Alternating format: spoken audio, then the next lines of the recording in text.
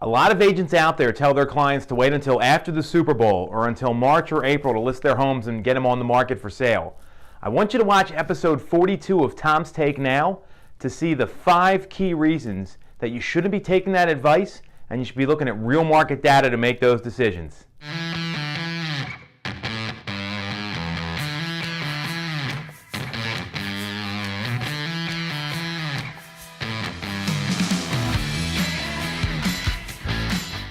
Welcome to episode 42 of Tom's Take. I want to go through 5 reasons that if you're thinking about selling your home, you should be looking at the winter market so that you can have a better end result, which is what most people want.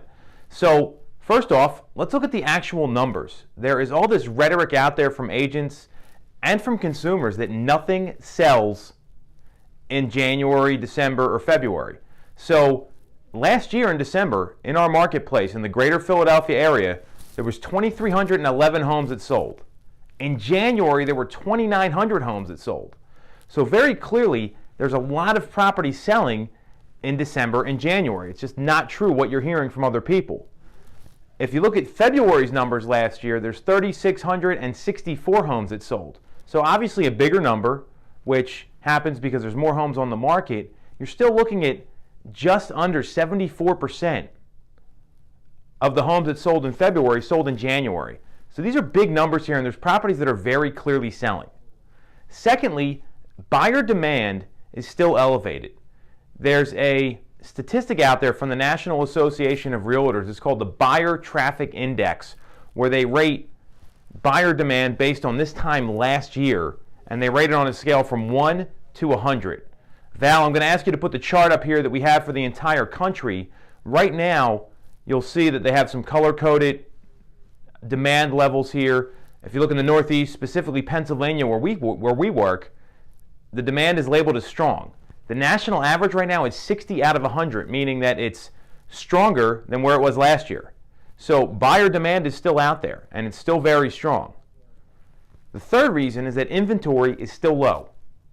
Inventory right now in our marketplace is at a 4.3 month supply through the end of October. We're going to get the November, December numbers soon.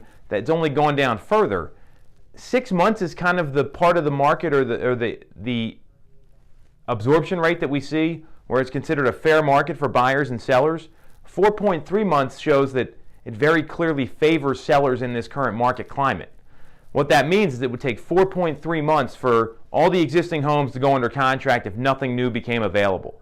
So homes are selling, demand is still strong, inventory's low, and in terms of moving up, if you look at what's happening with interest rates right now, there's a 4% interest rate on a 30-year fixed loan as of today, which is December the 12th.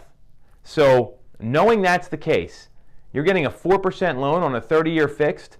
That's going to significantly lessen your costs over time when it comes to what your monthly payment's going to be.